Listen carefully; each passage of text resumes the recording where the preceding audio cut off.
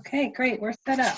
Well, good afternoon, everyone. I'm so glad that you're here. I'm Michelle with Parent Possible. You guys, I think, all know me, but very glad that you guys have joined today. I'm in my basement, as you can kind of see behind me.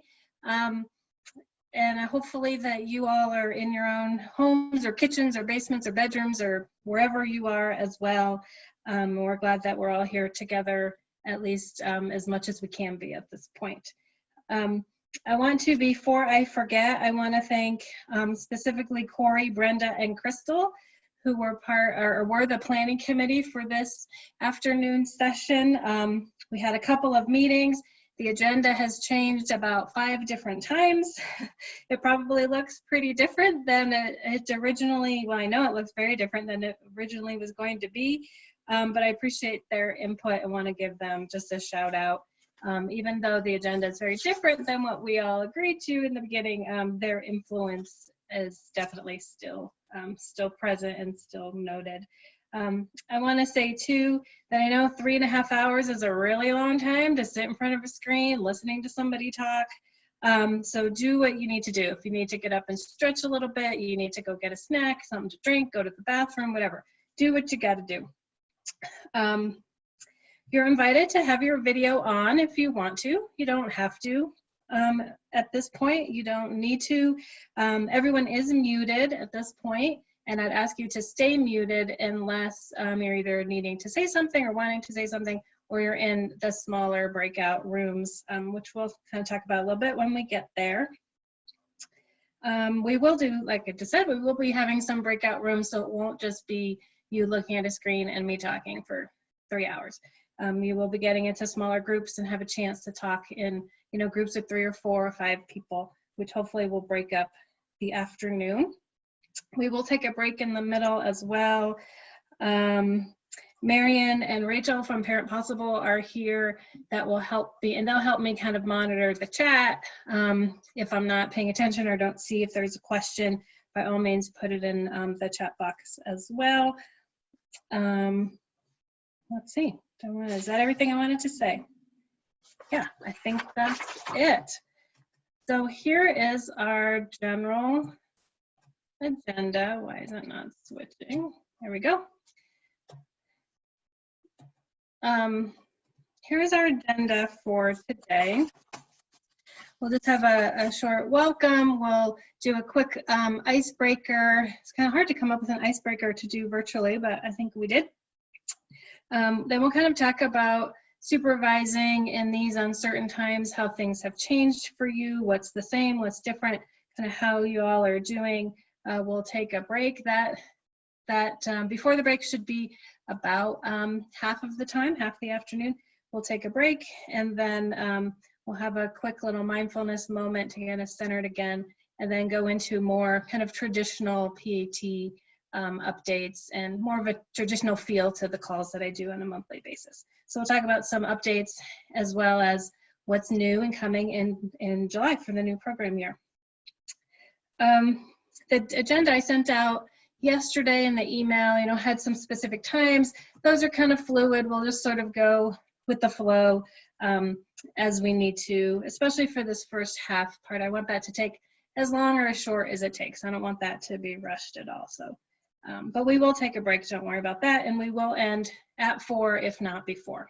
I guarantee you that. I'll rush through the second half information if need be, so that we make sure we end at 4. Okay, so I want to move in and introduce Carrie Caverly. Very happy to have her here with us. She's from PAT National and is the Senior Vice President and Chief Program Officer for the National Center. We're really happy that she has joined us. PAT National, I can say, has really shown some incredible leadership during these last few weeks or a month. They've really demonstrated a lot of calmness and responsiveness, and ultimately has shown a lot of caring for the families that we serve, as well as the staff who are doing the work. So I'm really glad that she took the time to come greet you all today, and I'll turn it over to Carrie. Okay, thank you, Michelle. Yeah, everyone. I really was hoping to be able to be there in person. This is really the first trip that got canceled because of COVID, and I have family in Colorado and was looking forward to coming back that way. But alas, worldwide pandemic had to get in the way of that. So here I am. I'm in St. Louis, but I'm very honored to join you today in your meeting today, and then also tomorrow. This health crisis has shown us how flexible we really can be. And I want to just give kudos to Michele and the whole planning committee. I'm sure this is not what you had planned when you started months ago, thinking about what you would bring together and how you wanted to lay out what you wanted to do today. And while it may not be what you envisioned all of those months ago, I'm sure that there's going to be some really wonderful learnings and connections. And I think they'll be special in their own right, and things that you'll be able to take forward in the future when you reflect back upon this time and how crazy it was for all of us. So again, thanks, Michele, for asking me to join you to share a few updates from National Center. And but before I do that, I really want to thank each of you, each and every one of you, for your resilience, your passion, and your flexibility, and just plain old hard work and support that you have been showing the families in Colorado during these early weeks of the COVID crisis. All of you are adjusting to a new normal in your homes and with your own families, and you're doing that while balancing helping the families you serve with their new normal, and you're awesome for that. So thank you. Our world has changed suddenly, but what hasn't changed has been your commitment to the work you do each and every day. So on behalf of Constance Scully, our CEO, and all of National Center, I truly want to say thank you for that. Before COVID came onto the scene and really a part of our everyday language, you and your team, you and your teams, your staff, were making a positive difference in the lives of Colorado families. Through your leadership, your staff, and yourself are providing very high quality, evidence-based home visiting services each and every day. You served nearly 2,000 families with about 2,300 children last year, and that includes, you served them through nearly 23,000 personal visits. That's amazing. That is so cool. You guys, just kudos to you. The data that we see back at National really do prove the hard work that you have been putting in. Great strides have been made in meeting the parents as teachers essential requirements this year, and 23 of the 26 Colorado affiliates are meeting model fidelity. That's just kudos. When we look at the Colorado affiliates in the percentage of meeting the essential requirements compared to the national average, you all far exceed the national averages. So your hard work, again, supported through one of our most stellar state offices, that being, Michele and her partners there at the state office, and then with Phyllis McLafferty back in St. Louis, are all playing a part in making Parents as Teachers the most widely replicated home visiting model in the U.S. So thank you. So I thought I would share just real quickly a few things that have been happening at the National Center. And again, in the past month, although it seems like, what do they say? The last month has lasted 5 years, kind of, in a way. A lot has happened, but it has seemed like it's just been going on. At the National Center, we too are under a sheltering in place. So we've transitioned our entire National Center staff, most of who are in St. Louis. Our building is closed, so we in a matter of about a week and a half, took everybody, and we now have a completely remote workforce. So what has been fun to watch is to see the resiliency of our staff and also not missing a beat with all of this. The business of the National Center is still continuing to move on. We also have instituted a COVID response team. Early on, we did that. It's a cross-organizational effort where we have folks coming together on a weekly basis to kind of assess what's going on, what are we hearing across the country, what resources do we need, you know, what's next. And we're trying to, with that, put out guidance. We came out with the definition of virtual services probably within that first week that this was starting to hit. And then we also came up with the model guidance for how fidelity will be assessed this coming year. So I'm sure you've all seen that, and I hope that that provided a little bit of breathing space for you. We wanted you not to be worried about what's going to happen with your data at the end of this year. You needed to focus, and you still continue to need to focus on the families you're serving. So we were glad to get that out there, and we're just keeping our pulse on the status of things across the country.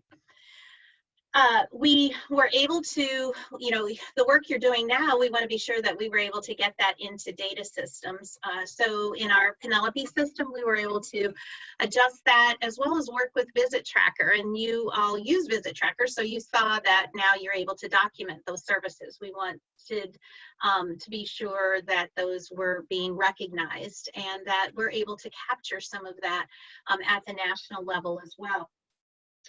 Thought you might want to be interested in hearing kind of just nationally what we are seeing. We are working in partnership with Visit Tracker in collecting the number of interactive video conference visits as well as telephone visits on a weekly basis, and we're adding those to our Penelope numbers. So between those two systems, we have about 60% of the Parents as Teachers network affiliates entering data into that. So since this began and up until about yesterday, we have, there's about 20,000 interactive video conferencing sessions that have been scheduled. And I think actually those might have been completed, as well as about 12,000 telephone visits. And that's only 60% of our network. So families are receiving services. We're very excited about that. The length of time seems to be about the same as the on ground, which we were a little surprised about, but the average time really is looking like it's, you know, varying from around 50 to 58 minutes. Again, that it depends, but that's about the average. And we're seeing a very high show rate, which is what we call, you know, completion rate of these. So families are there when you call or there when you bring them up on screen and that.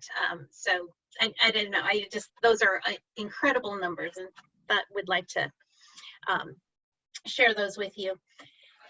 As you know, Parents as Teachers has been leading the way in virtual home visiting nationally with our demonstration project that we had going in collaboration with USC Telehealth. That demonstration project ended in December. But the learnings really did position us as a model to lead a national effort devoted solely to supporting virtual service delivery to the field broadly. So alongside two fabulous partners, the Institute for the Support of Family Support Professionals, the Institute for Family Support Professionals, as well as the National Alliance for Home Visiting Models, we are steering a rapid response virtual home visiting collaborative. Michelle's going to share some more later this afternoon about the resources that are available now and will continue to be added to in the coming weeks and months. But I mention this now to say that, well, first of all, what does that mean? Because of our previous work, it did allow us to really, a funder came to us and asked us to share those learnings broadly throughout home visiting. And again, we believe that families should receive home visiting supports, not just through, you know, not only through our model, but whatever best meets their needs. We were happy to make this these learnings available broadly. So PAT is still going to continue to provide resources and guidance around virtual implementation to our affiliates, especially as it relates to specific, how it aligns with our requirements and things.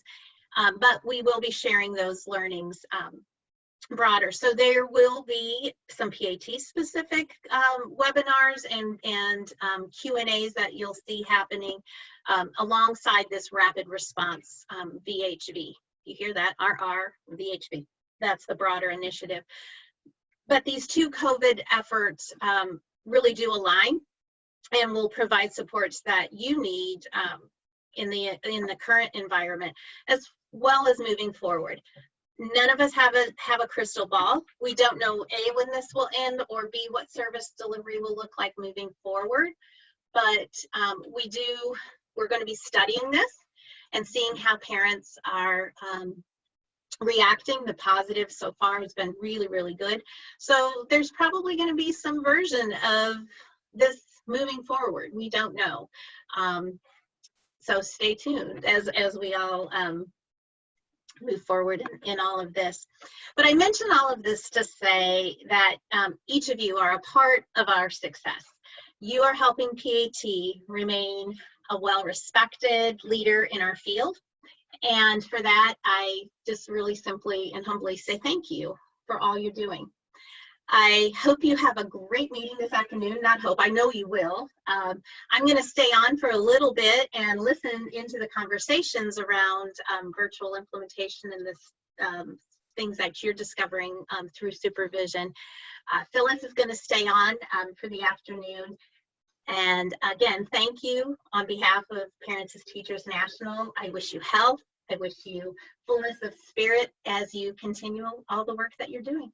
Thank you very much. Great. Thank you so much, Carrie. And thanks again for being here and being here tomorrow as well. We all wish we were together in person, right? But I'm glad that you could join us anyway. And I'm glad you mentioned Phyllis, because I totally neglected as you were talking. I'm like, oh, I forgot to welcome Phyllis. So Phyllis McLafferty is here as well, joining us for all or part of our time this afternoon. She is my kind of go-to person at the National Center, the first one that I email or call when I have questions. So I appreciate that she's here as well. And many of you I know have communicated with her too, because sometimes when I don't know the answer, I'm like, I don't know, ask Phyllis. And I know that you guys do that. So, so I'm glad that she's here as well. Okay, let's get into our attempt to do a virtual icebreaker. I'm totally stealing this idea from COAIM, so I don't want to take credit for it, but we'll just go around and essentially I'm going to ask each of you to use one word or maybe a short phrase to describe how you're feeling today, right now. It can be anything, the whole gamut, no judgment about what you're feeling. It's fine to just be whoever you are right now.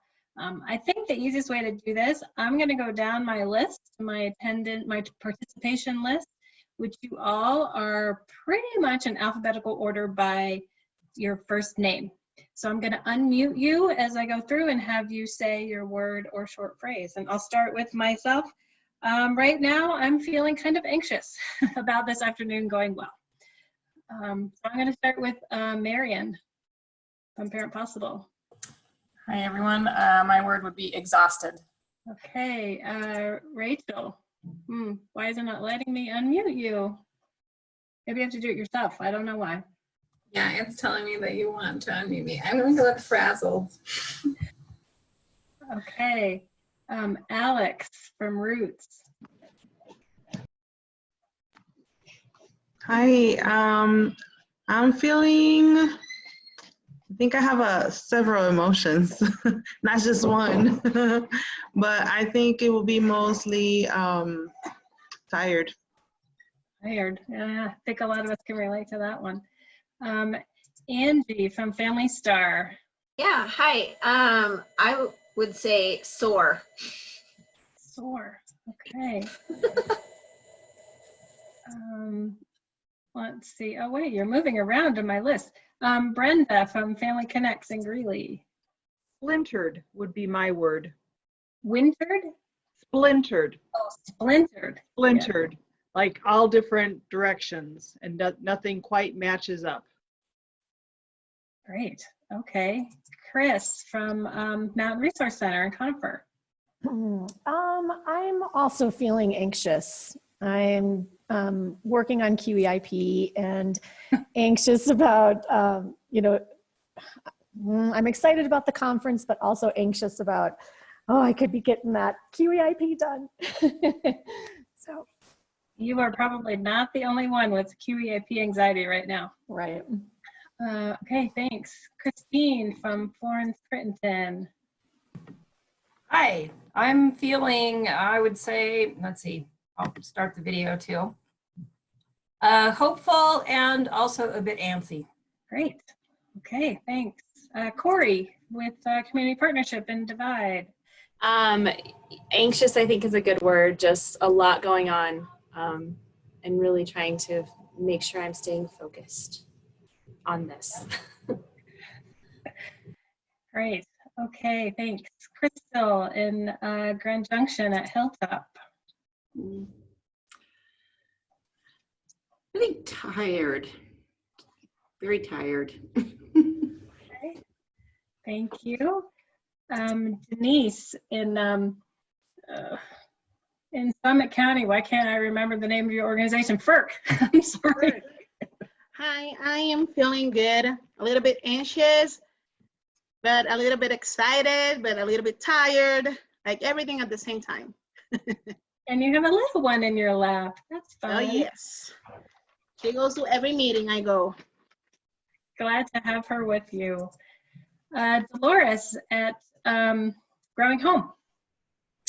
Yeah, hi everyone. I think today the word that would best describe me is just acceptance of everything that's going on. Great. Thanks. Okay, I'm gonna delete. Okay. I lost my place in my list. Oh, Emily with I'm really having trouble like remembering people's names. District 11 in Colorado Springs. Yeah, hi. I am feeling hopeful and motivated today. Great. Erica, Catholic Charities in Pueblo. Like a lot of people said, I'm feeling tired. All right, great. What did it say? One word to reflect how you're feeling today. Let's see, where am I? The way you spelled? I'm lost my place in my list. Okay, Erin at in Delta County. Good morning or afternoon, sorry. I think scattered right now is the best for us, like kind of where I'm at. Okay, great. Esther down in Alamosa at the Early Childhood Council. Overwhelmed. Overwhelmed, yeah, okay, I can relate to that. Tamara at Shiloh House. I'll let you do it. I'm feeling a little unbalanced. Great. Then we have Jennifer Sanchez McDonald, who's joining us for the first time. I'm very excited. Thank you, Jennifer, for joining us. She's at our very brand newest affiliate down in Trinidad. Yeah, share with us your word, Jennifer. So my word is excited and optimistic as being a new PAT site, and we're excited to meet everyone and the opportunity going forward. Great. I'm so glad that you're with us. Hi, Michelle. Can you hear me? Yes. Yeah. Oh, good. Back to you. I was having issues. Yeah. No worries. Okay, so I guess the word or phrase that described me today is almost hitting the wall. Almost. Okay. I'm glad you're not hitting the wall yet. Not yet. All right. Thanks, Indira. Okay, Jessica, also at Community Partnership and Divide. I think I would also say scattered and overwhelmed. Thank you. Kathy down in Carrie's hometown of Canyon City. So I'm going to go with roller coastery. So it's a whole brand new word. that I learned yesterday when we did this activity, because one word just doesn't encapsulate it all. So I'm feeling like it's like this, you know? I like that. Maybe that'll be the new word for 2020, roller coastery. What are you doing? Carrie at Family Star in Denver. Hi there. I'm feeling motivated and relaxed. Oh, I like your hair back in the ponytail. Thanks. I've never seen you wear it that way. Okay, Carrie with PG National. Oh, just content. It's content. Nice. Great, thanks. Madeline at Arapahoe County Early Childhood Council. I'm going to go with content. Michelle, this is Madeline. I was just telling the group that what I do with my staff is like we do an everyday check-in at 12, and the only thing that I'm checking into like for them is to make sure they're taking care of themselves. So and then we started a step challenge with that, just try to make it fun and not so much pressure on like work, but just, you know, do something fun, do something creative, and just, you know, just to make sure they're taking care of themselves. Because they, like I was telling the group, they both have kids at home. And so just to get away and just, you know, breathe or do something for themselves. Great, thank you. Yeah, we at Parent Possible have an activity challenge, we're calling it. And I gotta say, I'm in second place, closely behind Rachel, so she better watch out. Just saying. Anybody else have any creative ideas or anything to share? I would like to know a little bit more about that activity challenge. Well, I could tell you, or Rachel, you want to tell them, since you are the leader right now? Sure. It actually just reminded me to update it. So sorry, Michelle, I pulled back ahead. A little more. It's really just minutes of activity per day. And then this is the third year we've done something. We've done step challenges in the past, and this year now it's more broadly activity. So it doesn't have to be walking. And then the first year we did it, someone just, not me, but someone walked so much more than everyone else. No one had a chance. And so that was really demoralizing for the rest of us. And so instead of just doing a total, like the total number winning for everything, there's different weekly challenges. So the first week was the most minutes, and then now it's like the most improved over week 1. And then I think it's the most number of minutes in a day is one of our weeks. So different ways that more people can win instead of just the person who has the most time to walk for 5 hours a day. Right. But it's pretty fun. Yeah, it is fun. And I think my goal the first year was not to be in last place. And now my goal is to beat Rachel. I will say that. So challenge extended. Okay, so great. Thanks you guys for all doing that. And we'll do a couple more of these breakout groups. And just so you know, there'll be a little thing that pops up that says you have 60 seconds left in your room. And if you see that in your, so that's your cue to kind of wrap up your discussion. If you're kind of pretty much done at a stopping place, feel free to automatically join back into the bigger meeting, or you can wait, you know, and continue your discussion for that last minute. So whatever makes sense for you guys. And we'll use these same groups through these discussions so that hopefully you can kind of get to know each other a bit if you don't already. Okay, so the next tip is stay aware. So don't just look, but watch, and don't just hear, but listen. So this is more about reading those cues, watching for body language, tone, facial expression, which is obviously going to be way easier to do over video as opposed to over the phone. Because a lot can be, you know, communicated that way for sure. You want to express empathy, of course, for your staff, acknowledge their fears, their frustrations, their worries. You want to be curious. You want to talk about things just beyond this whole crisis and what they're doing with their families or how the virtual visits are going, that kind of thing. So what's their experience like just as a person, as a member of their family, maybe as a parent, or caring for an older relative, or that kind of thing. What's their experience just as a person in this crisis? what else is going on in their lives that might be impacting them. You also want to maintain your own self-awareness, and we're definitely going to go into that a little bit more in a minute, but take the time to reflect on your own reactions to the behaviors that you're seeing and the needs of others. What assumptions are you making? Maybe you need to think about that or question some of those, and thinking about what supports you need, for sure. All right, so we'll try our breakout rooms again. I want you to think about these two questions. What have you noticed in your staff or other coworkers in your organization? And have you had any of those sort of aha moments that this is different with doing virtual supervision, or things that you feel like you've learned doing supervision remotely in this way? I'm going to put you guys back into your rooms for about 5 minutes again. So Jessica, I put in the chat, is there a way to see the questions once they've joined the rooms? Yeah, we have to put them in the chat. I can try to do that. That's good. I know that's the struggle.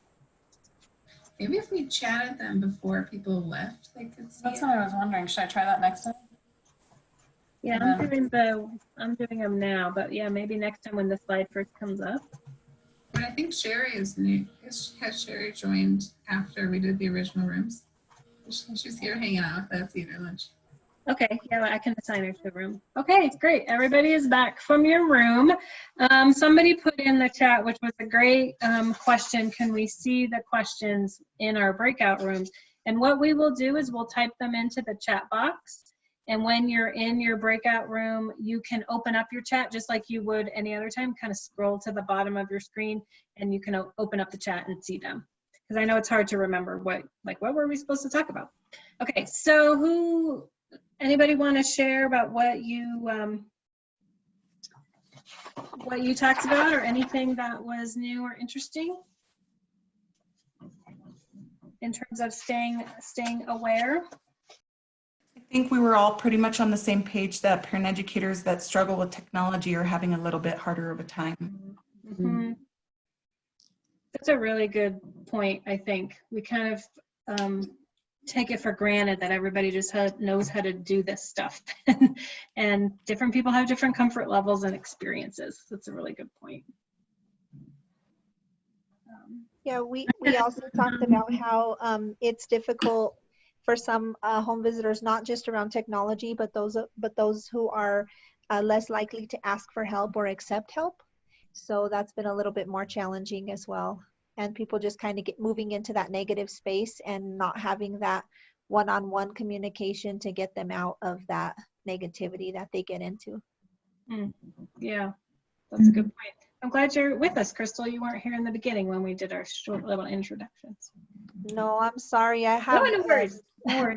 back to back, so I'm just trying to jump into everything, a little bit of everything. Yeah, no worries at all. And I don't know, I don't remember if I said it in the beginning, but I'll say it now because that was a good reminder. I know that you guys have a lot of demands on your time. So if you need to leave, you need to leave early, you need to step away for a minute, do that. Feel free to leave, come back, whatever makes sense for you. So I had an aha moment about 2 weeks ago when this kind of all started, and our schools didn't go back after spring break. A lot of our staff have children that are school-age children, and their stress level went just through the roof because they were working a full work week and then going home and trying to work with their kids, homeschooling their children. And so I didn't see it through that lens because I don't have any kids at home right now that need schooling. And so it was an aha moment for me. I was like, oh, wait a minute. Not only is there an impact to our families, but our staff are struggling with maintaining two things, maintaining support for families and then just maintaining support for their own kids. It was really eye-opening for me. Yeah, that's a good point. I think it's easy for those of us who, like for me, I have an older child, or for those of us who don't have any young kids at home, to imagine what that's like. I think for me, I really had an aha moment about 10 days ago or so when I was talking to my husband, and I said, I feel like I'm just in this all the time. I can't get away from it. It's just always this whole thing, virtual COVID stuff, like it's everywhere. I can't get away from it. I'm like, oh yeah, because it's all around me and I'm doing it at work for 8 or 9 hours every day. No wonder I feel like I'm always in it, because I am always in it, which was really very eye-opening for me. Seemed pretty simple. I don't know why I hadn't thought of that before, but anybody else want to share anything before we move on to our next tip? Hey, so this is Erin at Delta Family Center. We've had a lot of discussions about keeping things separate. We've talked a lot about how it seems like work and trying to homeschool kids and everything COVID, it all just starts to really blend together, and it's like you can't ever get a separation. So we've done a lot about, really stepping back and disengaging from your job at certain times, so you do have that separation. True, very true. Or having those rituals to separate, whether it's in a different room or whatever it is, turning off your computer, things that help you make that break, for sure can be helpful. Okay, great. Thanks, everybody. All right, so our next tip is stay informed. Basically, knowledge is power, right? So there's been a lot of information thrown at you all in a short period of time. PT, like I said before, has been fantastic about giving out guidance and TA briefs and webinars and all of that, but it also can be overwhelming. So it's easy to get behind when, oh man, I'm 2 webinars behind, I think, and listening to the recordings, and I'm going to get more behind this week with our conference. So it's hard to keep up. It can be overwhelming, but knowledge truly is power. So take advantage of those opportunities, the information that PET National is giving out. If you, or that Q&A, or not Q&A, the FAQ, the frequently asked questions document in Oliver is really a great place. If you have a question about, oh, I don't remember how we're supposed to do this, or I don't remember where I find that, check out that document first. It's a great place to go because they are updating it regularly, and they're putting in information based on questions from the field. So if you have the question, there's probably been a question somebody else has already asked, and you may find the answer there. But if that doesn't work, it doesn't give you what you need, then reach out to me. Of course, I will do my best to answer you and steer you in the right direction as well. I know that many of you or other folks in your organizations are communicating with funders, which is an important to keep them in the loop as well. I also think it's important to, at least to some extent, to stay knowledgeable about the virus. Because of the work that we do, families might have questions about it. And we need to kind of stay informed and be getting our information from reputable sources to be able to pass that along to families if they need it. But that also can be overwhelming. That doesn't mean that you're reading every single article that comes across your Facebook feed or in your email, or you're got the news on 24 hours a day, or you need to know how many people got tested positive yesterday compared to today. That's too much information, too much detail, but some knowledge about generally our situation may be really important to pass on to families. But it's also important to stay away from it and get a break from it and turn off that TV, turn off the news, whatever to get away. So let me see, there were any other notes I wanted to say? No, okay, so we'll go into our breakout rooms again. And yeah, if Marion or Rachel can type these in the chat box, that would be great. So open up the chat when you get into, thanks, when you get into your breakout rooms. So kind of think about what PET National Center resources have been helpful to you, if you've taken advantage of the webinars or the TA briefs, or what's been helpful. Have there things that Parent Possible has done that have been helpful? I would absolutely love to hear that, how we can be helpful. as well as what resources have you accessed in the community, or are you sending your families to in the community? What has been helpful in your own organization, your own small communities to help you and support your family? I'm going to send you all back to your rooms for, again, about 5 minutes. Okay, I think everyone is back. Thanks for doing that again.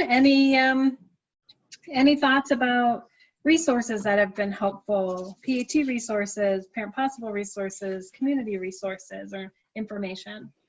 I will say Parent Possible, I mean, well, you guys have been awesome.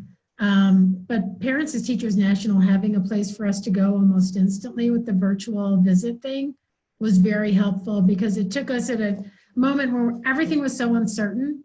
And they said, well, there's this. And we're like, okay, we'll take it. And it gave us a foundation to work from. And we really appreciated that right out of the gate. And then you guys there at Parent Possible have been amazing with the check-ins from Heather and Michelle. When you get anything, just keeping us up to date with resources and updates. It's really helped us to kind of guide our writers in all of this. So we really appreciate that. Right. Thank you, Kathy. Any other comments?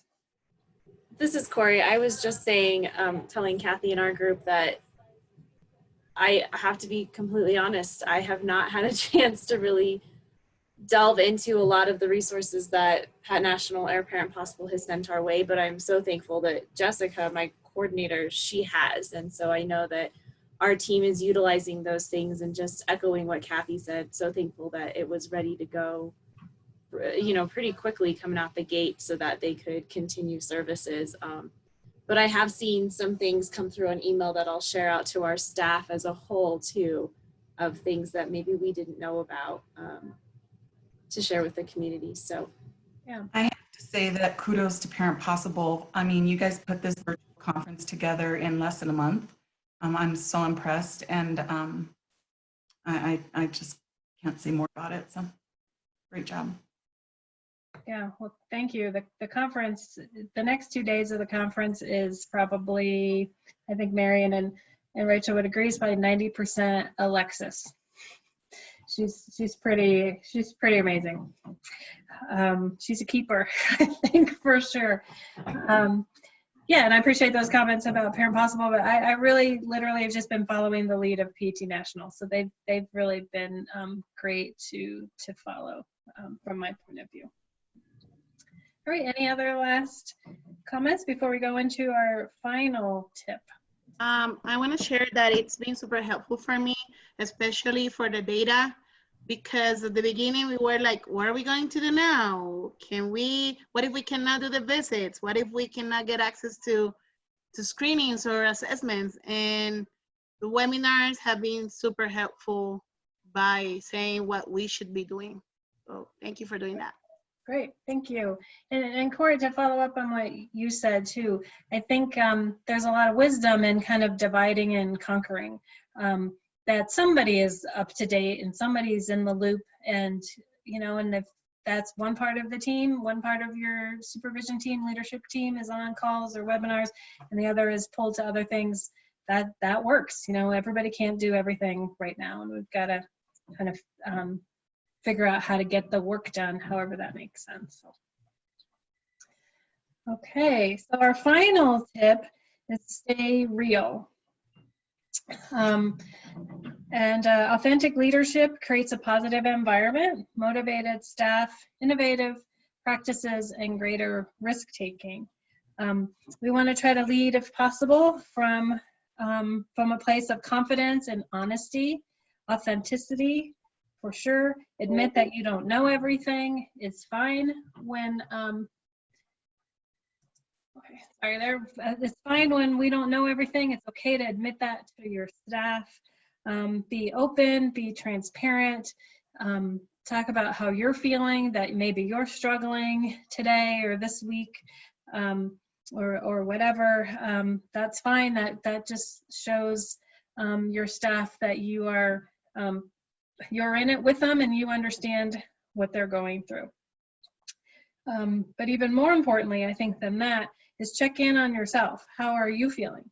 how are your emotions, how are your needs being met, and making sure that you're taking care of yourself as well. Have your own supervision or meet with a mental health consultation or your manager. As PT says a lot, I've heard them say this a lot, which is so true, you can't pour from an empty cup. So you have to be in a place where you're able to support others, which then in turn hopefully helps your staff be in that place and allows them to support families as well. And it's okay to, to think about what you need and to ask for what you need. I appreciate those comments before about the webinars and information from Parent Possible. I've not done a whole lot of reaching out one-on-one and having a lot of one-on-one conversations. I want to do that more in the coming weeks.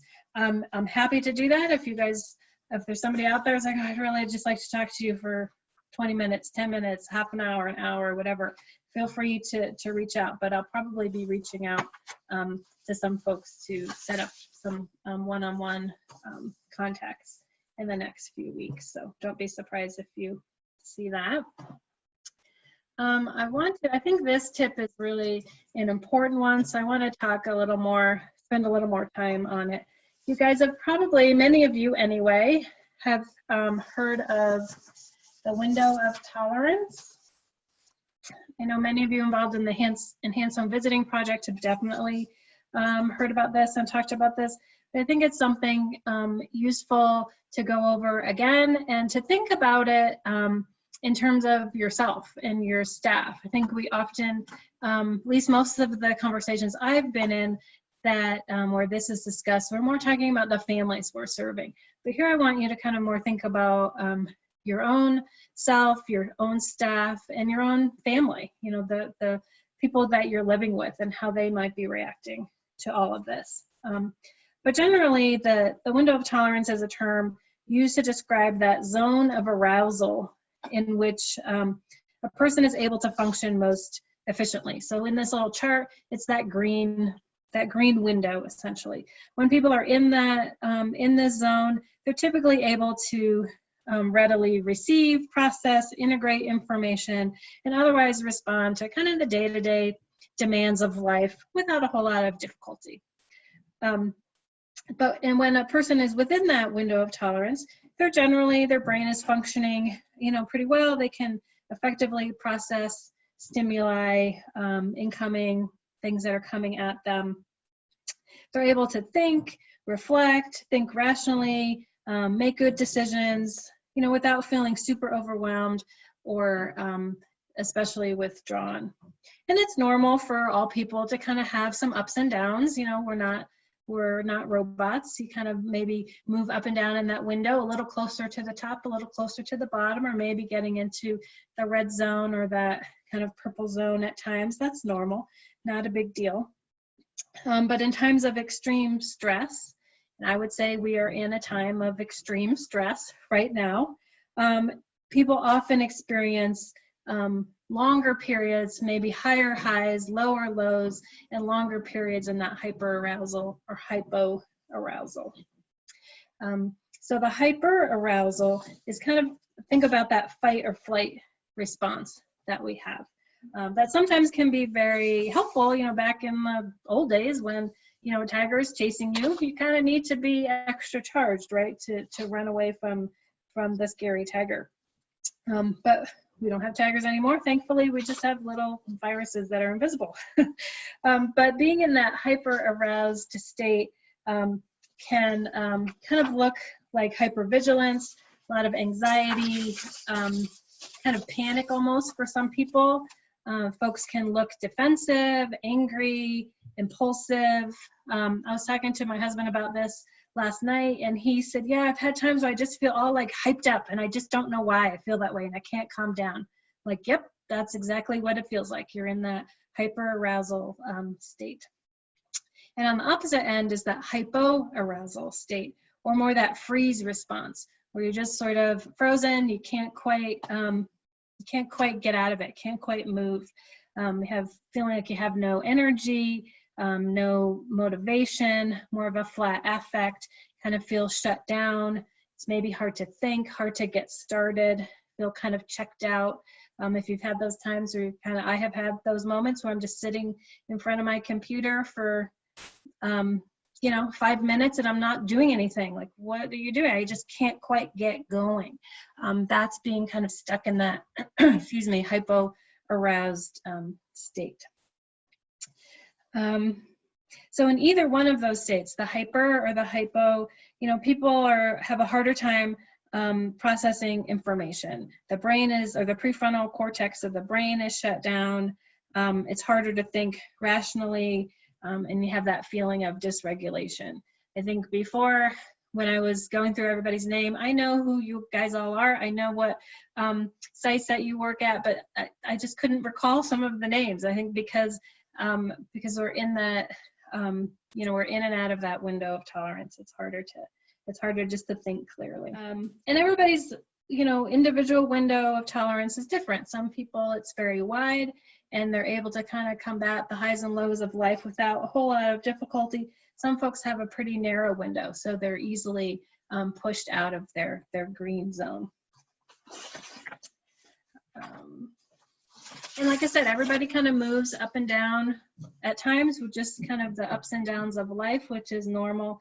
But when we're experiencing trauma or grief or extreme stress like we are, it makes you more likely to kind of go into one of those other zones and kind of stay there for a longer period of time.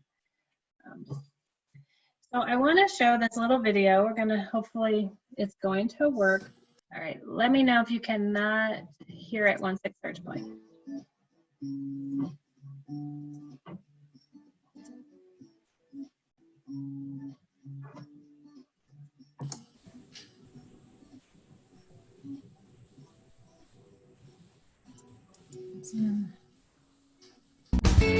There it is. Good.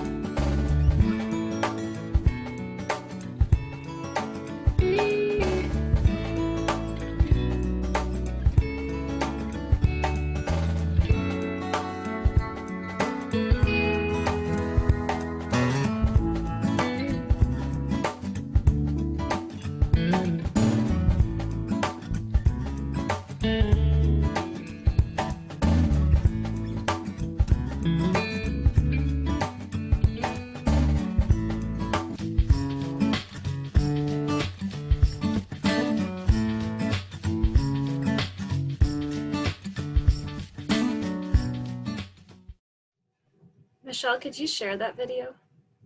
Yeah, I'd be glad to. Thank you. There's another one that I've seen too that's good. It's a little more kind of clinical. I liked this one because it was just sort of cutesy with the little panda. But yeah, I'm happy to share both of them. Okay. So now we'll break out again for the last one, at least for this half of the day, and look at these questions. And if Marianne or Rachel, you could type them into the chat, that would be great. Just kind of think about who's supporting you in your role right now. And have you seen a difference in yourself in terms of that window of tolerance, spending more time than maybe you typically do in that hyper aroused state or the hypo aroused state, or more kind of highs and more lows? And then what have you done to take care of your own emotional needs? Like what's your sort of go-to if you feel like I just got to get out of this, I need a break, I've got to kind of center myself again. We'll spend a little more time this time. The others were about 5 or 6 minutes. Maybe we'll do more like 7 or 8 minutes this time. Who wants to share about things that you discussed there, about who's supporting you or how you're meeting your own needs as a supervisor or just as a human? Michelle, for me, I take lots of walks. I'm that person that is on Facebook that the dogs get walked like 4 or 5 times and they're very happy. I'm that person. So that I'll do work and I'll take a 30, 40-minute walk and then come back and do more work. That's how I'm sort of taking care of myself. Great. And my dogs are happy, so win-win. Yeah, a lot of happy dogs right now. Yeah, I agree. When it's bicycle riding weather, I love to go out and do that. And just taking a lot of stretches and stuff. I find it's hard to sit this much. Mm-hmm. So I'm going to get a standing desk too, and just trying to do a lot of stretches and things. What other comments? Who's supporting you? Who are you going to? Yeah. Oh, I had a comment about the earlier question with I appreciate the reminder of the hyper versus the hypo arousal. I had found when we had just had the shelter in order, that I was like staying up till midnight and getting up at 5 and wanting to do a Zumba video and then wanting to go for a walk. And I was like, what is wrong with me being so energized by all this horrible stuff that is going on? And I appreciate that reminder that that's just how some of us respond in that state. Whereas others might be like, you know what, I just want to go to bed and sleep for 10 hours and I'll wake up and I'll feel better. So I appreciate that reminder of for self-awareness there. Great. Any other comments? Things you want to share? Michelle, this is Corey. I was going to say, you know, we unfortunately don't have a mental health person for our organization. However, our partnership with the school district has been really awesome, and they have offered a couple of their social workers that we work really closely with to check in with our staff on a weekly basis, just to say, hey, if you want to talk about anything, we're here. And I don't know how many people have taken advantage of that, but you know, for me personally, it has been nice to just have somebody outside of the organization to chat with and just sort of like, wow, this really sucks, or this is going really well, and asking some good structured questions to get me thinking about myself and the work that's going on, and how to try to support our staff better as well. So just having those connections and those resources and partnerships has been I'm really thankful for that. Yeah, great. We have a mental health consultation with one of our consultants from the council. It's once a month, and as needed, if parent educators needed to have a session with them, they're available, and we just constantly talk to each other. And you know, I was telling my group that I love to cook, so I cook for self-care. And that is like my very own time to be by myself and nobody bothers me. And therapy. For me. Michelle, this is Mariel. I apologize I'm meeting while at the meeting, but for me, it's been my husband, honestly. Both of us are direct service providers, and he's out there with the health department running tests for people or helping with that process and wearing all those suits and things. So our level of stress normally is really high. So I'm also kind of feeling like, oh my God, people are catching up with us. You know, this is our normal life. So for me to have him and divide and conquer and be our team, our own team, and being vulnerable with each other when the kids are in bed, and just remember that we're humans, it's been really, really awesome for who is there for me. So surprising that, you know, during these times is when you realize who is your other half for real. So I am very thankful for him. Yeah, I think a lot of us could probably echo that for sure. I've been really surprised that my husband and I have not really been fighting or arguing or anything. I kind of expected that at this point. There'd be a lot of bickering, but no, it hasn't really happened. So that's been nice. Nice surprise. Any other final thoughts about this topic? Well, this is Angie, and I really just, it was something that Jamara said that is really in alignment with what I think you guys are talking about, which is grace. And so I think, you know, there's been a lot of opportunity really to provide grace for ourselves and for others, and just a level of flexibility, you know, and really just invalidating. I think, you know, that's been really helpful, just to keep validating for each other that, like, you know what, if you didn't get to emails, that's okay. I mean, you know, we're just trying to all get through this. And so it's actually been somewhat helpful that we're all having a shared experience right now, which has created a different type of atmosphere for sure. So I appreciate that she used that word, grace. Yeah, that is a good word. And I've thought on and off about something that Brenda had said actually in one of our earlier planning sessions about self-compassion.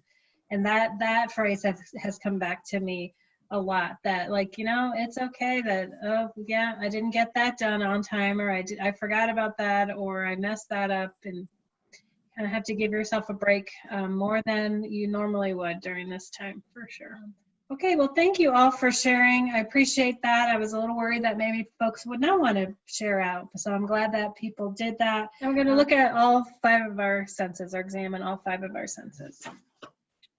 So first, notice 5 things that you can see.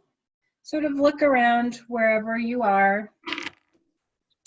Bring your attention to 5 things that you're able to see. Maybe choose things you might not normally notice. Something you might not pay attention to typically, like a shadow or a small crack in the wall, or paint that's chipping. Just kind of gaze around. No pressure to look at anything specifically, but maybe just things you wouldn't typically notice.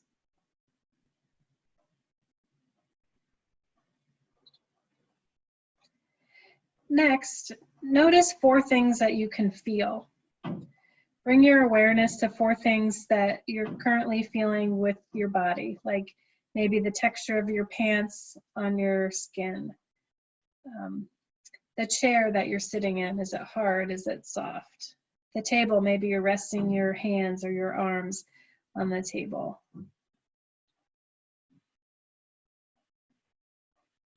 What does it feel like on your body? Is it hard, soft, hot, cold?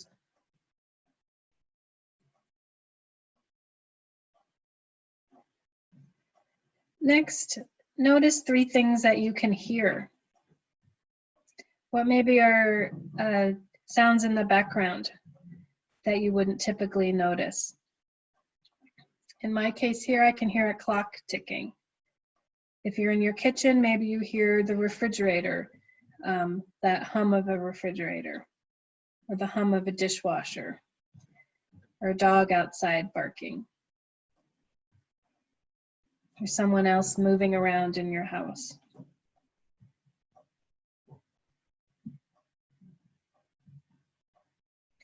And next, let's notice 2 things that you can smell.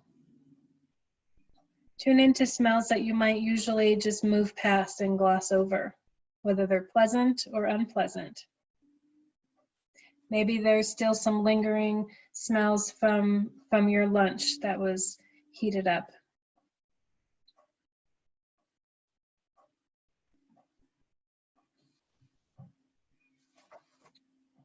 And finally, notice one thing that you can taste. During our break, did you get something to drink, something to eat? Can you still taste that in your mouth? Do you have something right there with you? Right there at your, in arm's reach. Take a sip of that coffee or soda or tea or water or the snack that you got.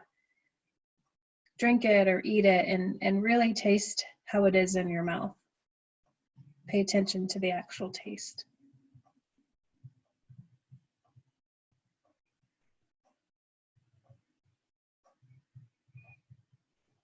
Okay.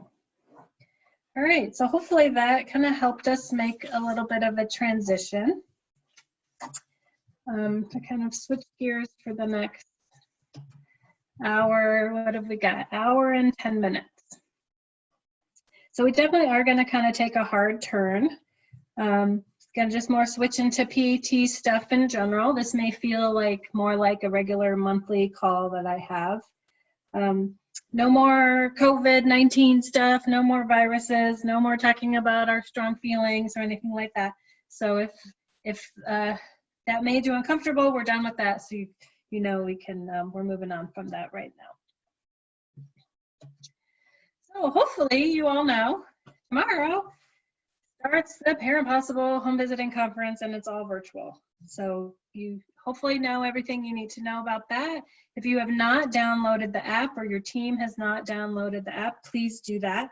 You can search for different workshop sessions, see the descriptions, the speakers, all of that in the app, which is can be really helpful as you're deciding which workshop to go to.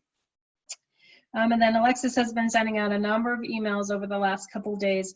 So in those, we'll have all the information about where the links are to all of the sessions and that kind of thing. You don't have to go to the one that you originally signed up for on the app. You can change your mind if you want to. You're not tied to that. So if you're feeling a little bit different tomorrow, you can attend a different one. So professional development, there's been a few questions about where to find professional development opportunities, keeping staff busy during this time if they're not able to visit families or if visits just aren't taking as long as they have before. I created a list. It's a couple weeks old by this point, I'll admit. Excuse me. I posted it on Basecamp in the message board. I will, I've committed to, and I put on my to-do list to update that list next week. So hopefully I'll do that in the next couple of days next week.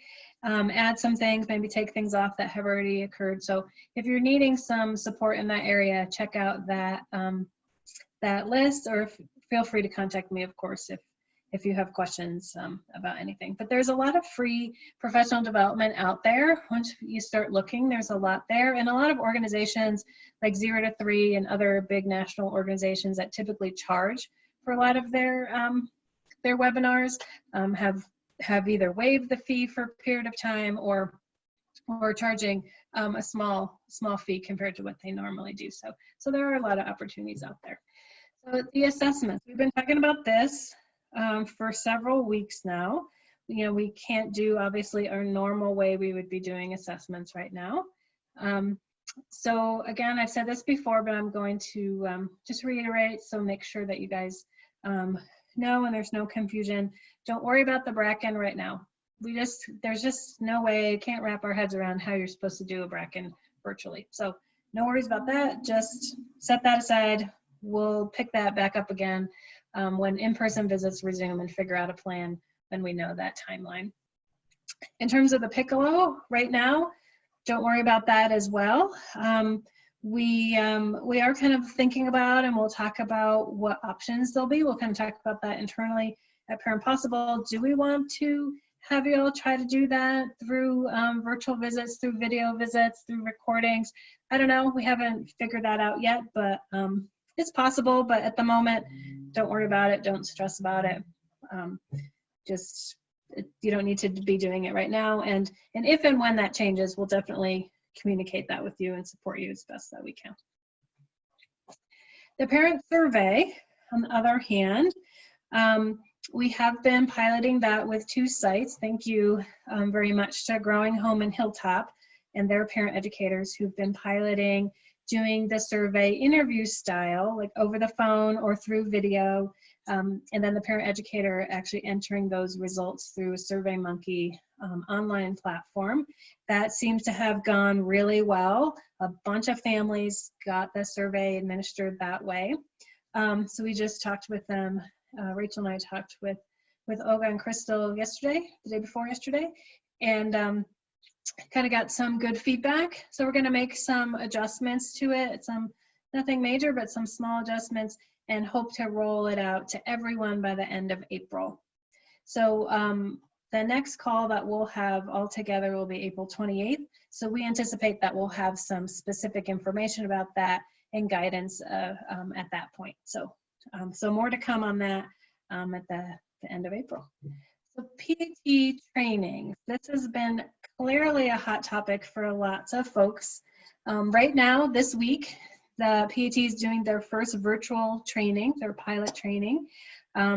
It's the whole thing, the whole week is all virtual, all 5 days, obviously, since we can't do in person. So they're going to see how that goes and get obviously a lot of feedback and lessons learned. They're planning another one in May, and then they'll kind of figure out what to do from there. But I was on a PAT call last week where they said there are 600 people right now sitting waiting to be trained, which is a lot of folks across the country. And those were all parent educators and supervisors that were in trainings that were canceled. So they're figuring out a plan. They are well aware that this is a big need. So they're trying to figure it out.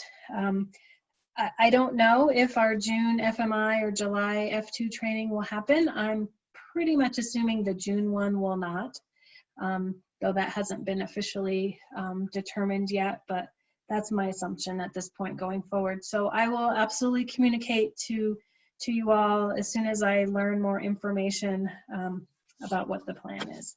So Carrie kind of alluded to this and talked about this before, excuse me, in her remarks at the beginning, that there's this new group called Rapid Response Virtual Home Visiting, or RRVHR. Doesn't quite roll off the tongue, but and it is a cross-model group of folks that PAT is definitely one of the leaders in this group that is looking at how can we support home visiting in general across the board, not model specific. So lots of models have had an input in this, like Nurse Family Partnership and HIPPY and obviously PAT, Early Head Start, Healthy Families America. There's other home visiting programs that I'm not thinking of that have been part of these discussions, and they've come up with this kind of platform available to all models. So if you've got, and it's clearly it's open to PAT as well, but if in your agency they are doing other programs like Safe Care or other home visiting programs, these resources are open to them as well, for sure. So they are putting out a new webinar every Wednesday at 1 o'clock Mountain Time. So we missed one today, the kind of the plan is they will put a new webinar out each Wednesday, and then PAT National will follow on Friday with basically the same theme, but a deeper dive into more PAT specific information. Like this week, it was about screenings. So the rapid response webinar will be more kind of screenings in general that could apply to all kinds of home visiting models, and then the PAT specific one will be more specific to the requirements and guidance around PET screenings. So Hey, you can Michelle. oh yeah. The one that was today, excuse me, the one today was actually not live. It was recorded and it is already posted and it's on doing the ASQ virtually. Great. So we didn't miss anything. It was recorded. Great. Yeah, and they're all recorded. So if you can't do it live, you can always pick it up later. And you can find the registration links or the recording links in all of our model implementation workspace. As always, look for that little symbol and rapid response title. If you have questions about it, let me know. I think it's a little bit confusing as to how they're going to work together, and we'll just kind of have to see as the weeks go on and see how the two webinars kind of complement each other. That's my expectation that they will. Michelle, can I mention one more thing? Sure, Because the webinars that now actually have their own little space and it's kind of hard to find. So you go to Oliver, model implementation, COVID, and then you go scroll to down to the bottom, and on the left side are the webinars, which is kind of buried. So look for them down there.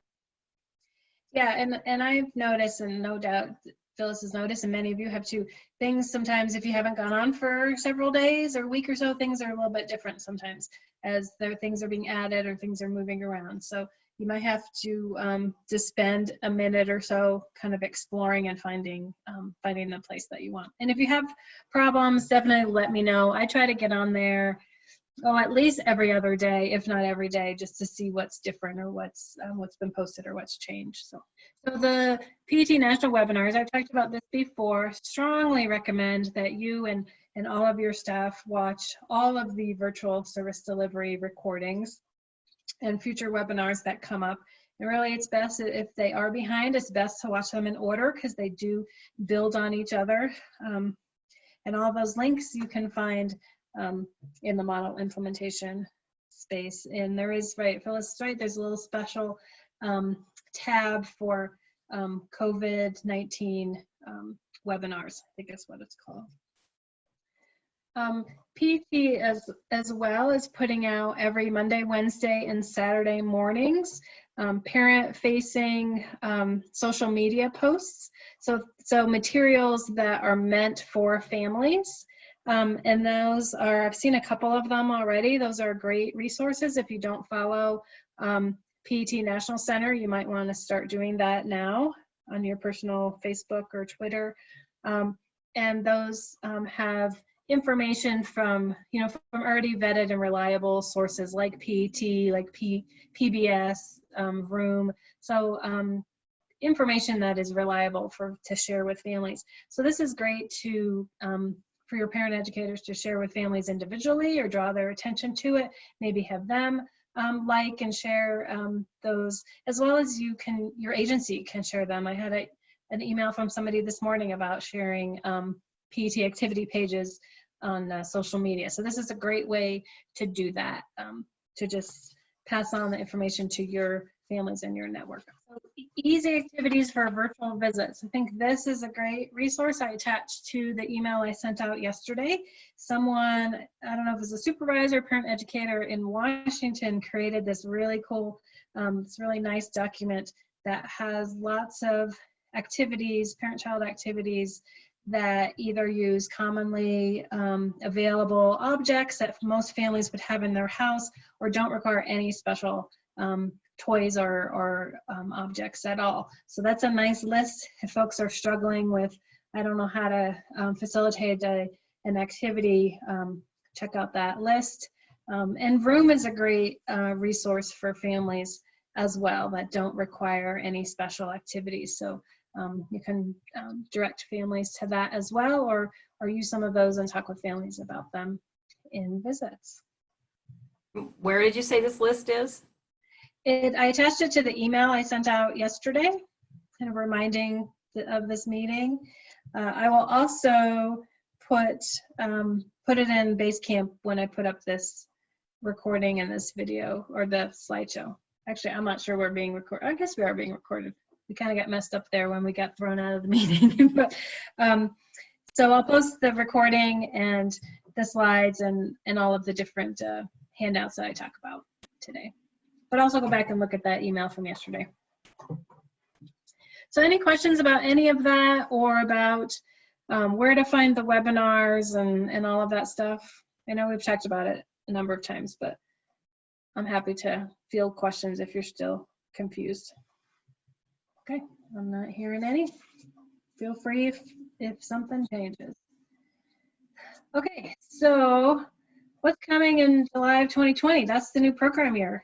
It's kind of hard to think about that, I think, right now, but it is coming. It's going to be here before we know it. It's only 2 months away.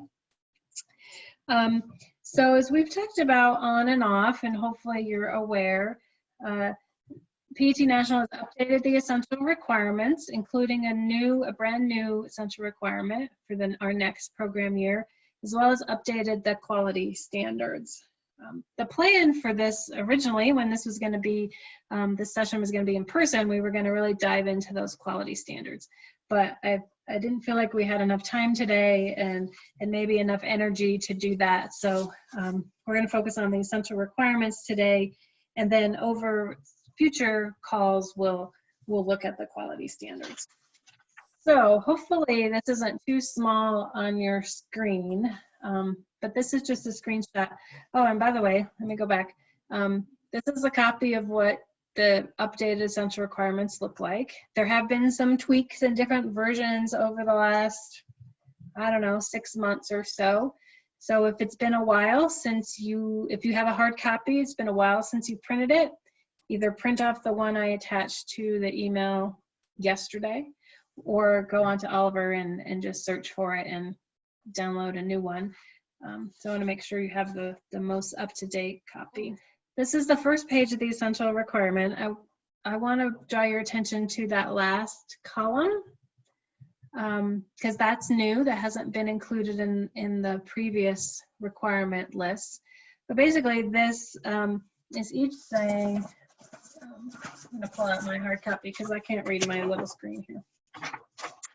But the first column on the left is the actual requirement. The next column is the measurement criteria. Basically, how is PET National determining whether you meet that requirement or not? The next, what is different, is just drawing your attention to what has changed from last year, or the current year we're in right now. And it could be a big change, a little change, or in some cases, no change at all. And then the final column is what is optimal. So this is more about what is best practice. This is more about what you should be shooting for, what you should be trying to achieve, and in some cases is an actual quality standard. So we'll sort of go through and talk about all of this. So I think what I'm gonna do, hopefully it's not too, I don't want it to feel like it's you're in school, but go through each requirement. And if folks have questions, either unmute yourself and jump in, or we'll try to monitor the chat as well. And some will definitely just move through pretty quickly, and others will spend a little bit more time on. So the first one, the affiliate's designed to provide at least 2 years of service to families with children between prenatal and kindergarten entry. So the only thing that's different in this one, there's a little bit of wording change, just to clarify that this is about program design. Every family does not have to be in the program for 2 years. Families are free to enroll and exit as they need to, as they want to. It's more about that you are set up to provide 2 years of service to families, or at least 2 years of service. It's fine if families are in longer, it's fine if they're in shorter. So the second one, minimum qualifications for parent educators or high school diploma or equivalency in 2 years previous work experience with young children and parents. That hasn't changed. There's no change to that requirement.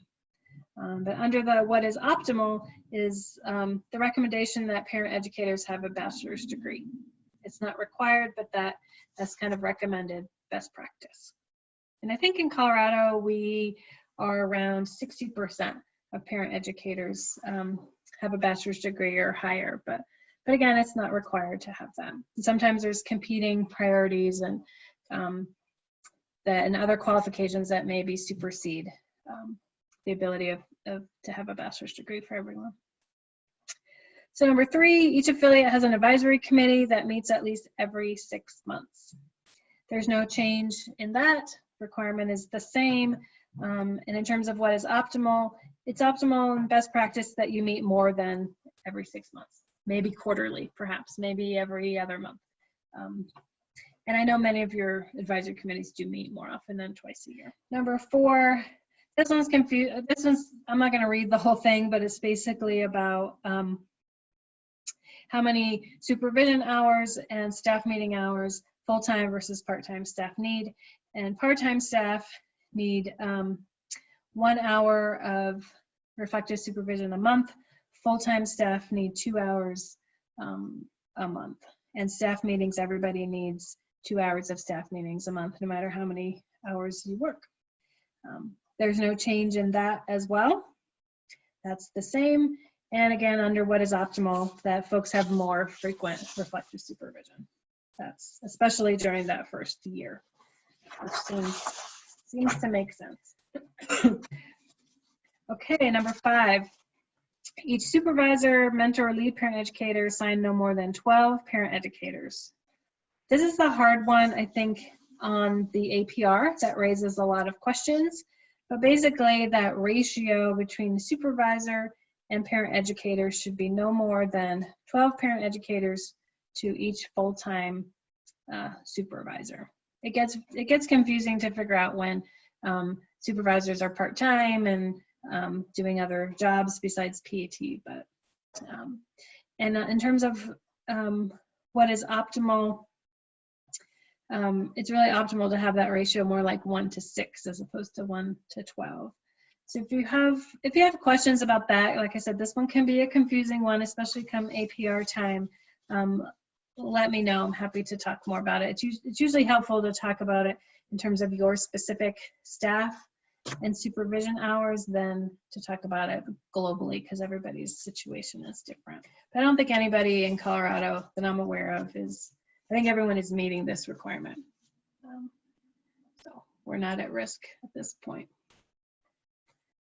Okay, number 6, all new parent educators will receive FMI training before they see families. That isn't different. We all know that. You got to go to FMI before being assigned families. Number 7, this is a big one. This is the one we should, I want to spend a little bit of time on because this is the brand new one. It's kind of embedded in the middle here, so it might be easy to miss, but this one is a completely new essential requirement.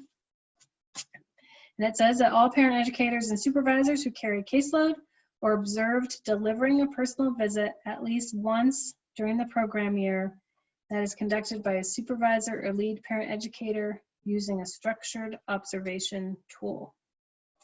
So this had been a quality standard in the past. Now it's being raised up to be an essential requirement, basically saying that every staff that sees families, whether that's a supervisor who also sees families or just a parent educator, needs to be observed at least once a year, conducting a visit.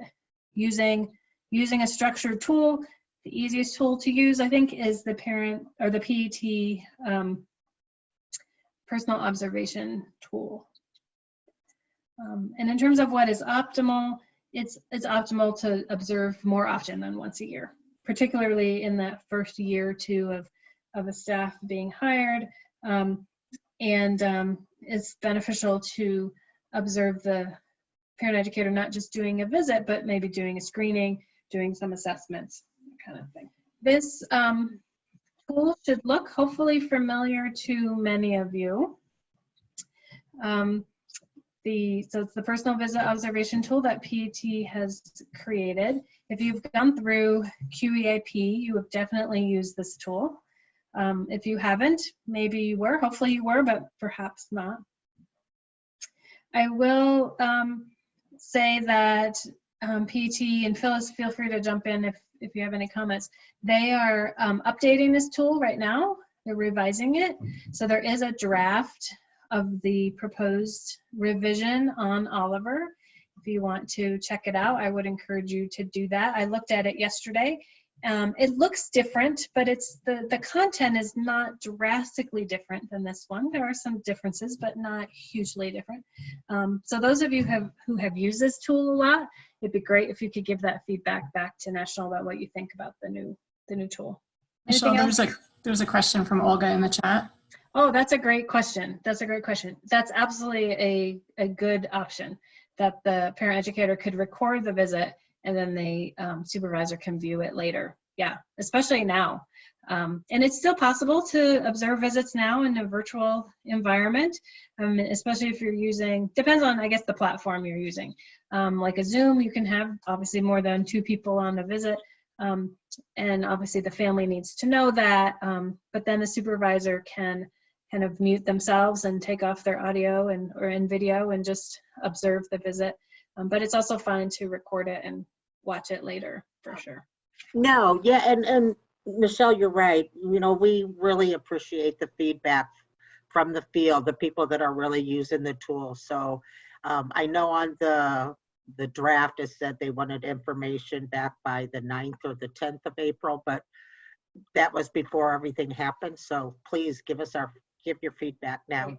So this will probably be our final little breakout. I'm going to put you back in your groups and have you guys just talk about what's been your experience with this tool.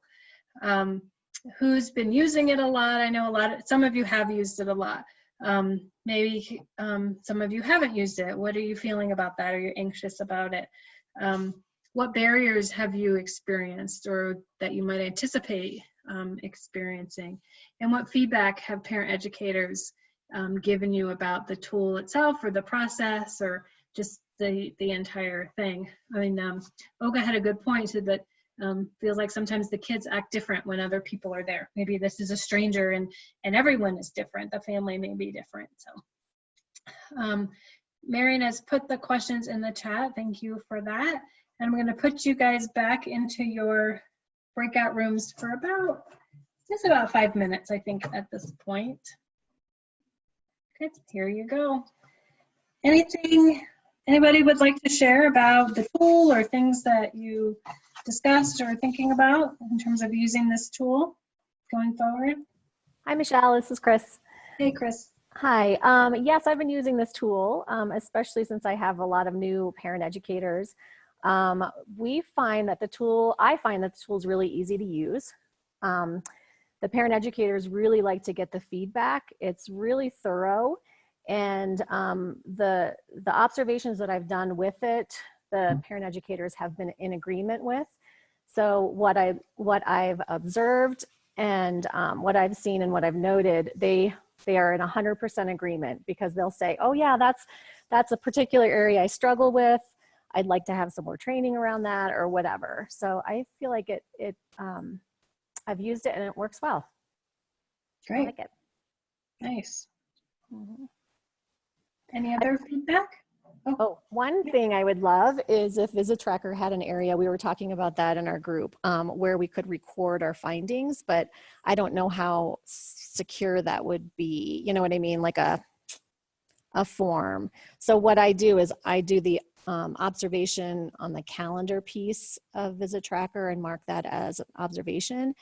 And then I just keep it in their file in a paper form. But there's nowhere to put it really virtually or, data entry wise. Rachel might have a comment. I'm thinking about that because there is a way to track your supervision in Visit Tracker so that it's private. So, only you and the one PE can see it. But okay. Yeah, I'm going to look into it now, but you should definitely make that suggestion to them. Okay. Yeah, would it be possible to put it under the home visitor, in the home visitor's file that's in Visit Tracker?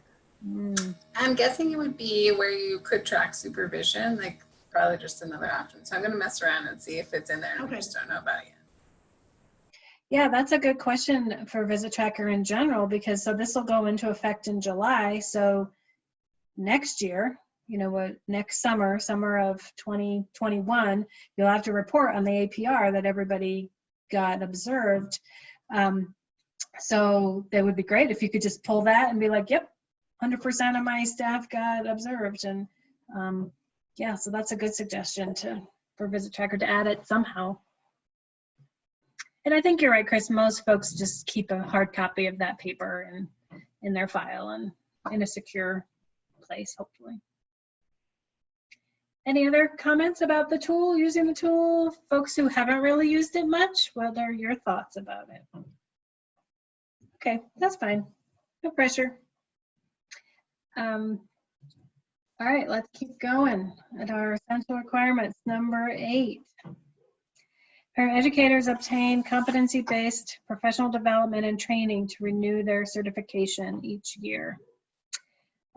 This one is a change. Change the measurement criteria. So now reflect that all staff need to have 20 hours of professional development each year. Before, there was a difference between folks in their first year and folks at 2 years or more. Now everyone needs 20 hours. So it's a little bit simpler. And hopefully those 20 hours are not that hard to get. If you attend our conference, you're more than halfway there, like 3/4 of the way there. Yeah, reach out for sure if you feel like, oh, folks aren't going to get that 20 hours, but I think for the most part, that shouldn't be a big issue. So number 9 is an interesting and significant change. Parent educators complete and document a family-centered assessment within 120 days of enrollment, and then annually after that, using a method that addresses parents as teachers required areas.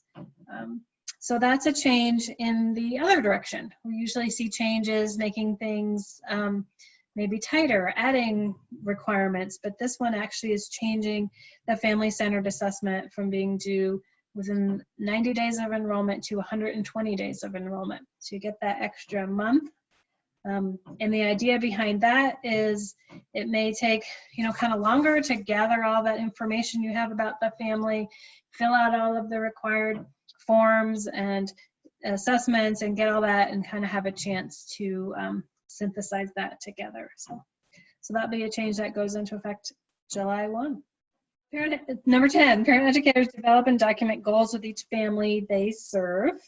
That requirement is not changing. There's nothing new about that. I still need to do that with 60% of your families. I think what I see when I look at files and look at APRs and PMRs is most sites are at 90% or higher for that requirement. So no worries there. And in terms of what is optimal, it is ideal and recommended that each family have a goal set within 90 days of enrollment, which again, I think is happening a lot of the times. It comes out of that family-centered assessment, especially for most of you who are using the CFSA. It's part of that document to set a goal. So number 11, parent educators use the foundational personal visit plans and personal visit planning guide from the curriculum to design and deliver personal visits. So there's no change there, still doing the foundational personal visit plan and filling out the PVR after the visit. And that, I know we've kind of mentioned that. I know the switch to virtual visits is, has been a big change, but these requirements still are the same. They should still be filling out a planning guide ahead of time, filling out the PVR afterwards, just as they normally would for an in-person visit. Number 12, families with 1 or fewer stressors receive at least 12 visits annually. Families with 2 or more receive 24 personal visits. This is the infamous visit frequency essential requirement. Nothing has changed there. Those requirements remain the same. And in terms of what is optimal, it's recommended that families receive more than 75% of their required visits. So the more visits, the better in general. Number 13. I'm not going to read all that because that's a lot of words. It's pretty long, but basically it's about the visit limit for both first-year parent educators and continuing parent educators for how many visits a year. That full-time first-year educators are delivering no more than 48 visits per month, and 2 years and beyond, no more than 60 visits a month. I think generally everyone is well beyond that, or well below, I should say, that number. So no worries there. And under what's optimal, it's just really about less visits a month, 40 and 50 compared to 48 and 60. Number 14 is group connections. The affiliate delivers at least 12 group connections across the year. The small tweak to this has been in the measurement criteria that to count as an official group connection, at least one family needs to attend. So if you're an affiliate that kind of struggles with getting families to attend sometimes, or has lots of potential weather issues that interfere, then you might want to kind of pay attention to that. But for the most part, that's not going to be an issue. Michelle, I have a question about that. Yeah. Does it need to be an active family? Can it be recruit or non-active to count? I'm thinking, I mean, Phyllis, if you're still on, if you want to weigh in, but I'm thinking any family. If you invite people who you want to recruit. That we do that quite a bit. Mm-hmm. Yeah, and it may be a bigger issue, frankly. That's a good point, Brenda, for those of you who are small programs. You know, if you're only serving 15 or 20 families, it's a little bit harder perhaps to get decent attendance. And it may mean that you kind of have to end up scheduling a little bit more than 12 just to make sure that you hit the mark. Yeah. If that is an issue. Thank you. Yeah, you're welcome. Okay, I already switched. Number 15 is about health reviews. So child health reviews completed within 90 days of the family's family enrollment or child's birth, and annually after that, using the child health record. So what is different in this one, frankly, is a welcome change in my mind. You know, there was the whole thing in the past about if they were 4 months old or older, and then before they were 7 months old, it was always kind of confusing to me. I could never quite figure it out. Now it's just within 90 days of enrollment or 90 days of birth.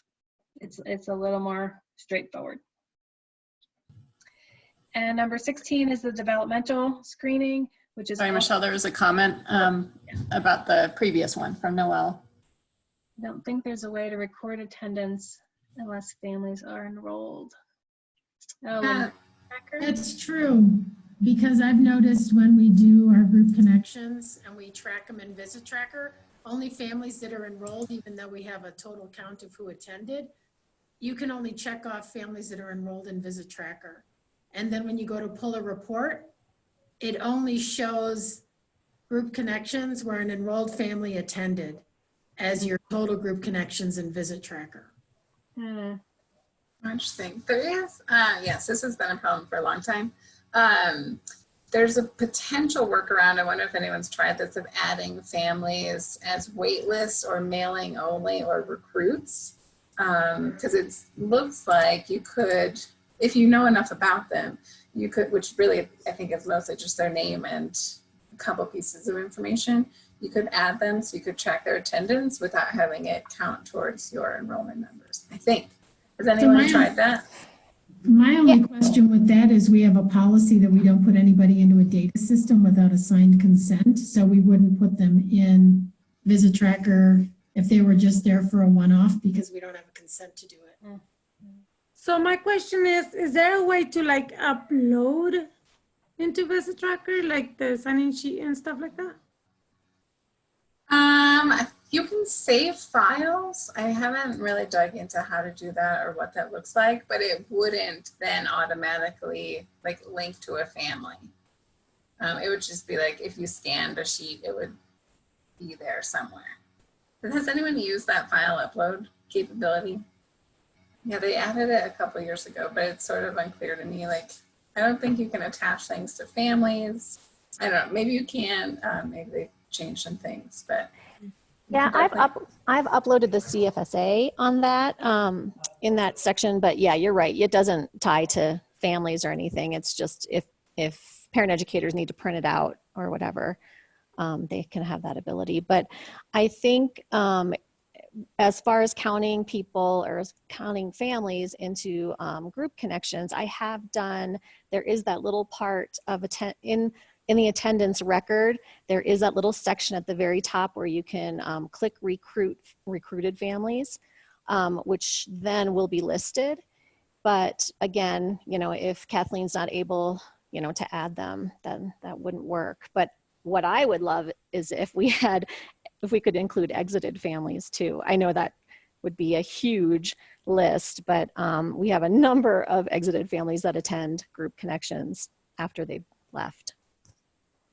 Yeah, that's an interesting problem. I did just submit a question about the home visit observation tool though. So, and their visit tracker will be at the conference on one of the days. I think it's tomorrow. So feel free to attend that session and ask all these questions. Yep, I'm signed up for that one. I did not see that one, but my team, I know myself and my team were interested in the visit tracker information because we have some new parent educators that need visit tracker training, at least something. But I will Yeah. back and look. Yeah, I think it's tomorrow right after lunch, I think. Okay, great. Glad you guys are interrupting and asking your questions. And Brenda's saying I have used that attendance record, but not tried to run a report to see. Yeah, that makes it more complicated. I hadn't really thought about that, how you track it in Visit Tracker. Okay, where are we? 17. Child development surveillance takes place during each personal visit. So this is just more of a wording kind of update. So the expectation is that parent educators review the PAT milestone record for each child before the visit and then update them if necessary after the visit. So it's just sort of adding that wording about looking at it beforehand. So this is really the idea is about this should be part of the planning process when you're doing the planning guide. You know, what am I going to cover in this visit? What's going on? That you review those milestones as part of that planning process. Where are they at developmentally? What should I be looking for maybe in this visit? What activities maybe should I plan depending on where the child is in their developmental milestones? And two, I want to say again, I know I've said it before, PT, oh, well, actually it's irrelevant. As I say, they're not counting this essential requirement this year, but everything is different now, so never mind about that. Number 18, parent educators connect families to resources to help them reach their goals. So there's no change here. All families should be connected to at least one resource each year, and your criteria, measurement criteria, is 60% of families. I certainly see, again, kind of similar to goals where most affiliates are in the 90% or higher with connecting families to goals. Or I'm sorry, to resources. But don't forget to be doing that now. I mean, it may be easy to kind of, as so much is going on and you're trying to figure out stuff, still, you know, remind staff, still be connecting or documenting the connections that you are making to community resources or what, you know, financial assistance during this crisis. All right, down the home stretch, number 19. At least annually, the affiliate gathers and summarizes feedback from families about the services that they have received through the 4 model components, using the results for program improvement. So the difference here is an updating of the language around making sure that the tool you use, you're looking at all 4 model components. If you use the PET Parent Satisfaction Survey, then you're good. Frankly, I would recommend that you use that. I do want to say, I know I said it before, I'll say it again. The parent survey, the Parent Possible parent survey that we do and you guys conduct with families does not meet this criteria, because we're not looking at really their satisfaction. We're not looking at all 4 areas of the model. We're just more looking at change in families' attitudes and behavior. So you'd need to do something in addition, and the PET one is a great one just to do. You don't have to recreate one. They are, I did hear last week, they are updating that that satisfaction survey to add some questions about virtual visits. So if you do intend to use it with families, you may want to hold off for a little bit and wait for the new updated version to get some feedback about how these virtual visits worked out for families and what they thought about it and that kind of thing. So, number 20, the affiliate annually reports data on service delivery and program implementation through the APR, and that you cooperate and participate in the QEIP process, quality endorsement and improvement process, every 5 years. So it's basically you turn in your APR on time and you participate in QEIP when your time comes up. What's different in this category is it is going to ask you, and I should have included that, I didn't think about that, I should have included a slide about all of the records. I know I showed it on a call a couple months back, but on this year's APR, there's going to be a number of items about all of the updated records that went into effect last July of 2019.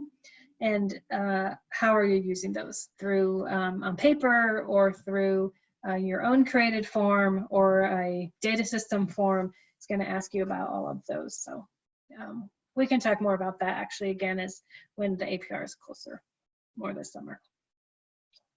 And finally, number 21, affiliates measure at least 2 outcomes with eligible families and report summary data and how they're using that data on the APR. Then there's the 2 lists to choose from. This requirement hasn't changed. Pretty much everyone is using the Piccolo for the first measurement criteria. Actually, I think everyone, 100% in Colorado. And then for the second outcome measure, most are using the Bracken. It's really just those handful of sites that don't serve a lot of kids or any kids over 3 that have to choose a different outcome measure. But I think you all have chosen that. If you have questions or you're not sure, do I really have one? Did I choose one? Feel free to reach out and I'm happy to talk that through. But I think everyone has chosen one. Michelle, just a couple of comments that were put in chat. So it looks like Jessica had said, have you thought about including the PAT survey with yours so it can be done together?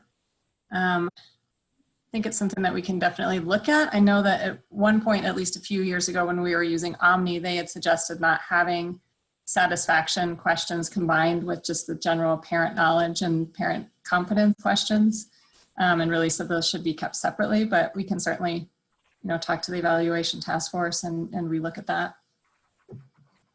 Yeah, I think the concern may be that because part of the PAT survey, satisfaction survey, is kind of, are you satisfied with your program, with your parent educator? And if the parent educator is handing that and then collecting it back, it could be a little bit weird. But yeah, we can certainly take another look at it. So where are we? Any questions about any of those essential requirements? Okay, we'll do just a couple minutes. So basically just the essential requirements in general. What challenges do you anticipate, if any, about these updated? And how do you monitor your fidelity? So I'm going to put you back in your room. Just definitely for 5 minutes or less. I will keep close tabs on the timer. So thank you all for coming today and taking your time. And most people stayed on the call all afternoon. I so appreciate that. I know it's hard to do that, especially when we're looking at 2 more days of kind of looking at screens. So as we go forward, we'll continue to look at more issues that come up around virtual visits, as well as just how we go back to normal when that occurs. We'll look into some of the APR changes in Visit Tracker that are coming up for this summer's APR. We'll look at the file review tool, the personal visit observation tool when that gets updated, that kind of thing. Here's where you see on the screen the upcoming calls based on your feedback from before, decided to do a call every other week generally. Kind of sometimes the weeks don't quite work out, so our next one will be the 28th, which is a little less than 2 weeks away. And I've sent out meeting invites for all of these meetings already. I believe they're all from 10 to 11 on a Tuesday. So thanks all again for joining. Have a good evening, good rest of your afternoon, and I'm looking forward to seeing you all over the next couple days at the conference. Thanks, everybody.